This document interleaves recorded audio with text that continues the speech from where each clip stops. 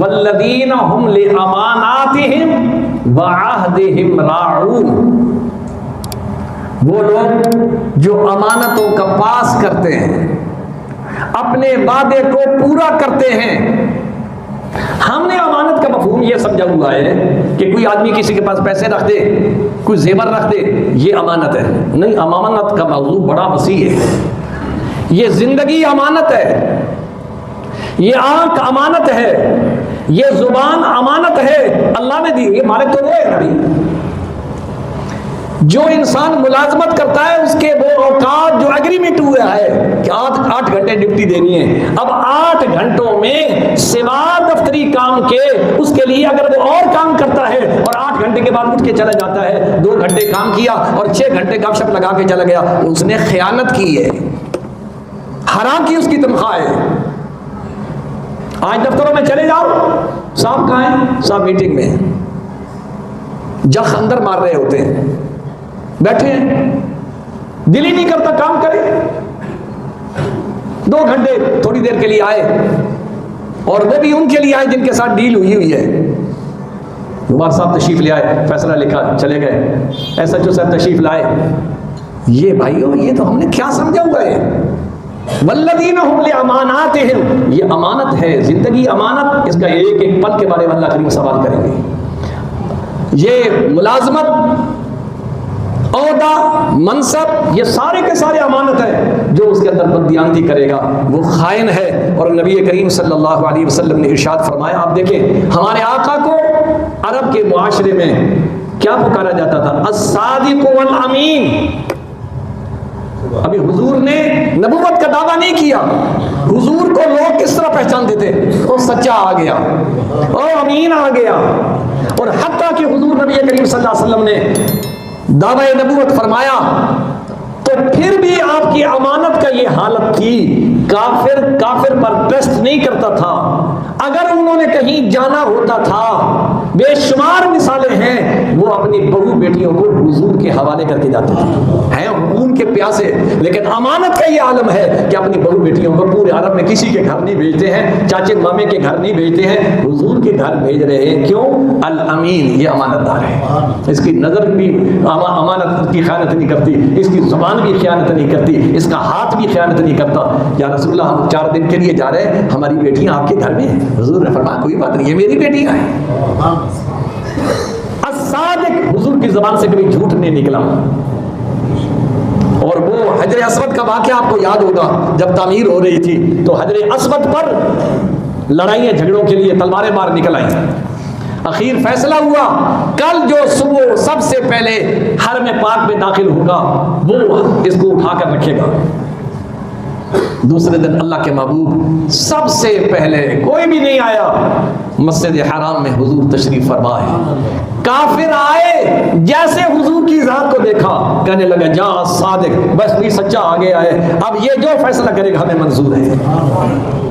और मेरी और आपकी जबान मस्जिद में कुछ है, बाजार में कुछ है, दुकान पे कुछ है, घर में कुछ है, ये क्या हम कर रहे हैं? मुसलमान है, नबी करीम सल्लल्लाहु अलैहि वसल्लम की उम्मती है। तो आपने फरमाया अमानत की दियानत जो है वो उसके अंदर जरूरी है। और आपकी खिदमत में जब आपने ग़ज़वा खैबर में यहूदियों के किलों का मुहासरा किया तो सारे यहूदी अंदर बंद, मुसलमान बाहर, हुजूर भी बाहर है। एक चरवाहा दूसरी तरफ से बकरियां चराने के लिए बाहर निकला, तो उसने देखा कि भाई कौन है जिन्होंने हमारा मुहासरा किया हुआ है। वो पूछता है कि भाई आप कौन है? हम मुसलमान हैं।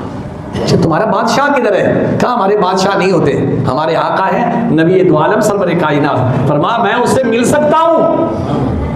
यहाँ टके टके आदमी है, जनाब अल्लाह मेरे पास टाइम नहीं मिलने का। साहबा ने कहा यार आने वाले शख्स हमारा बादशाह नहीं होते, हमारे आका हैं, नबी दो आलम हैं, जो अल्लाह ने नबी बनाकर भेजा है। मिलना है तो वो सामने चले जाओ। कहने के वो उनका महल नहीं है? कहने का महल नहीं है, वो झोंपड़ी जो सामने नजर आ रही है ना, वहाँ सादिकुल अमीन वहाँ तशरीफ फरमा है। वो शख्स गया, काले रंग का था, बदशक्ल था, हुजूर से बातें की। हुजूर ने अपने नबूवत का मतलब उन्हें समझाया। कहने लगा अगर मैं मुसलमान हो जाऊं, मैं तो बदसूरत हूं, मेरे साथ लोग क्या क्या बिहेव करेंगे?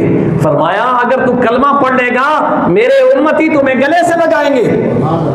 अल्लाह के रसूल मुझसे तो बदबू आती है, मेरा रंग काला है। फरमा अल्लाह तुझे जन्नत में खूबसूरत बना देगा, तेरा चेहरा ऐसा होगा दुनिया रश करेगी ये कौन जा रहा है, दुनिया बताएगी ये वो है जिसने मोहम्मद रसूलुल्लाह के साथ सौदा किया था और हुजूर ने कहा था जन्नत में तू जाएगा, तेरे अंदर जिस्म के अंदर खुशबू भी इतनी होगी जन्नत वाले भी हैरान होंगे। वो कहने लगे या रसूलल्लाह मुझे कलमा पढ़ाइए। कलमा पढ़ लेता है, फिर वो कहने लगा आप बताइए मैं क्या करूं, अंदाजा फरमाइए। हुजूर ने फरमाया ये बकरियां सबसे पहले जिनकी है ना उनके हवाले करके आओ। बकरियां किसकी है? दुश्मन की। और जब जंग हो तो दुश्मन का माल वो माले गनीमत होता है ना, लेकिन हुजूर ने फरमाया तू इसलिए बाहर नहीं आ कि हमारे साथ जंग करने के लिए, तुझे तेरे मालकों ने ये बकरियां इसलिए दी थी कि तू चरा के शाम को उनके घरों में वापस करेगा। सहाबा अर्ज करते या रसूल हम तो बड़े भूखे हैं, कई दिन से कोई चीज खाई पी नहीं है, ये बकरियां हम ज़िबा कर रहे हैं। हुजूर ने फरमाया नहीं, भूख बर्दाश्त करो। उस अस्वद को कहा जाके ये बकरियां, वो गया अपने किले के अंदर बकरियों को दाखिल करके फिर आ गया हुजूर नबी करीम सल्लल्लाहु अलैहि वसल्लम की खिदमत। या रसूलल्लाह क्या करूं अब? फरमा अब ना नमाज का टाइम है, ना हज का टाइम है, ना ज़कात का टाइम है, आ हमारे साथ फिर तलवार पकड़ ले और हमारे साथ जिहाद कर, और शहीद हो गया तो अल्लाह करीम तुझे डायरेक्ट जन्नत में भेज देंगे। हुजूर नबी करीम सल्लल्लाहु अलैहि वसल्लम ने देखा जब जंग हुई उसी जंग में शहीद हो जाता है। हुजूर ने फरमाया मैंने अस्वद को देखा, अब वो अस्वद नहीं है, जन्नत के बगीचों में टहल रहा है, निगाहे मुस्तफ़ा उसे देख रही है, जिसने ना नमाज पढ़ी, ना रोजा रखा, ना हज रखा, ना ज़कात, कलमा पढ़ा और डायरेक्ट जन्नत के अंदर पहुंच गया।